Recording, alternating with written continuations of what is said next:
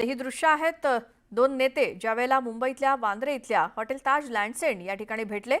आधी सकाळी 9:50 राज ठाकरेंचा ताफा हॉटेलमध्ये पोहोचला। त्यानंतर लगेचच 8 ते 10 मिनिटांच्या अंतराने मुख्यमंत्री देवेंद्र फडणवीस यांचा देखील ताफा पोहोचलेला होता। ही भेट झाली। थेट जाऊयात आमचे प्रतिनिधी सुस्मिता भदाणे यांच्याकडे।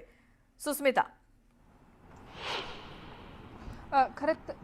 खरं तर ही भेट अनेक अर्थाने महत्त्वाची आहे आणि आता अनिल परबजी आपल्यासोबत आहे। अनिलजी, तुमच्या हातात एक पुस्तक पाहायला मिळतंय ज्या संजय राऊतांनी सुतोवाच केलेलं होतं दोन्ही भावंडांना एकत्र आणण्याचं। आज आदित्य ठाकरेंच्या वाढदिवसानिमित्त ही पुस्तकं तुम्ही देतात। खरं तर आदित्य ठाकरेंनी सुद्धा सुतोवाच केलेलं होतं दोन्ही पक्षांकडनं, अगदी राज ठाकरेंच्या मुलाकडनं किंवा आदित्य ठाकरेंकडनं सुद्धा एकत्र येण्याच्या चर्चांबाबत हिरवा कंदील दाखवण्यात आला होता। आदित्य ठाकरे यांचा उद्या वाढदिवस आहे। या वाढदिवसाच्या निमित्ताने वेगवेगळे उपक्रम आम्ही घेत असतो। बाळासाहेबांचा वाढदिवस असेल, उद्धव साहेबांचा वाढदिवस असेल, आदित्य साहेबांचा वाढदिवस असेल, वेगवेगळे उपक्रम लोकांसाठी आम्ही घेत असतो। त्याच्यात रक्तदान शिबिर, आरोग्य शिबिर, मैदानी खेळ, वेगवेगळे कार्यक्रम असते। तशाच प्रकारचा एक कार्यक्रम आमचे विलेपार्लेचे विधानसभा समन्वयक नितीन डिचोलकर यांनी सगळ्या कार्यकर्त्यांना संजय राऊत साहेबांचं नरकातला स्वर्ग हे पुस्तक आज दिलेलं आहे। हे देण्याच्या मागचा उद्देश असा आहे की आता पुढे महानगरपालिकेत कार्यकर्त्यांचं मनोधैर्य एकदम लढण्यासाठी मजबूत राहावं आणि त्या नेत्यांनी कशी लढाई केलेली आहे, जेलमध्ये जाऊन देखील आपलं मनोधैर्य खचू कसं दिलं नाही, हे सगळं या पुस्तकात लिहिलेलं आहे। आणि त्यामुळे कार्यकर्त्यांचं मनोधैर्य उंचावण्याचा एक प्रयत्न त्यांनी केला आहे। त्याबद्दल मी त्यांचं खास अभिनंदन करतो।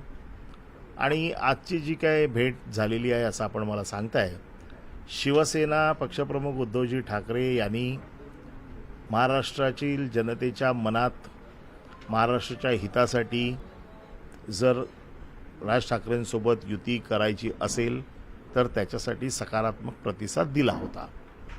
आता महाराष्ट्राच्या जनतेच्या मनात हा प्रश्न आहे आणि म्हणून आम्ही हे पाऊल उचललं।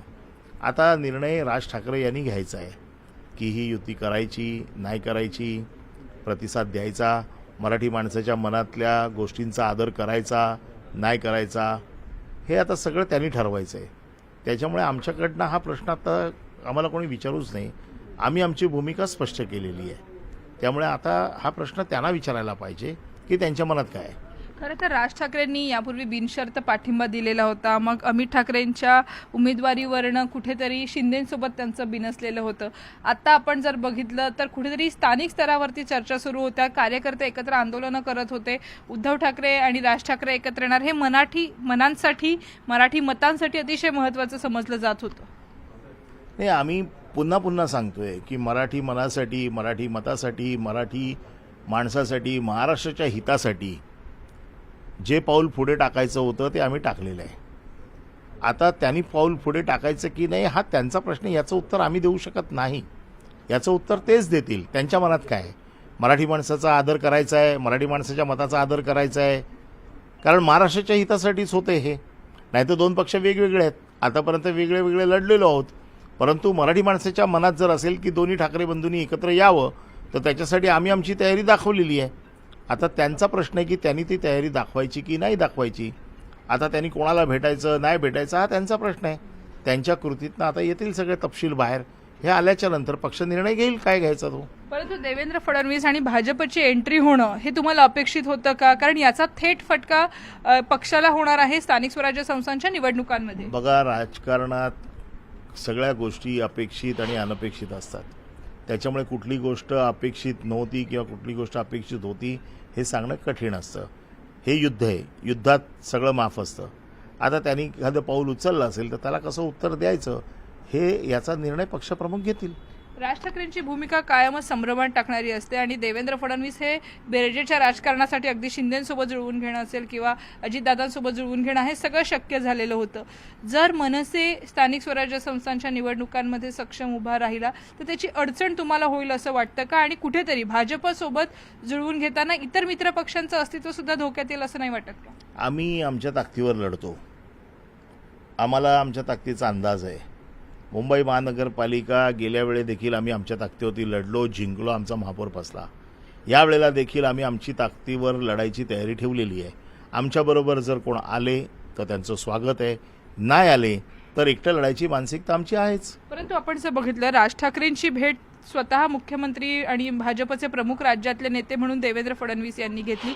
तशा पद्धतीच्या भेटी तुमच्यामध्ये घडून आल्या नाही म्हणून कुठेतरी त्यांनी पहिली बाजी मारली असावी किंवा पहिल्यांदा जाऊन ते प्रपोजल मांडलं असावं असं वाटत नाही?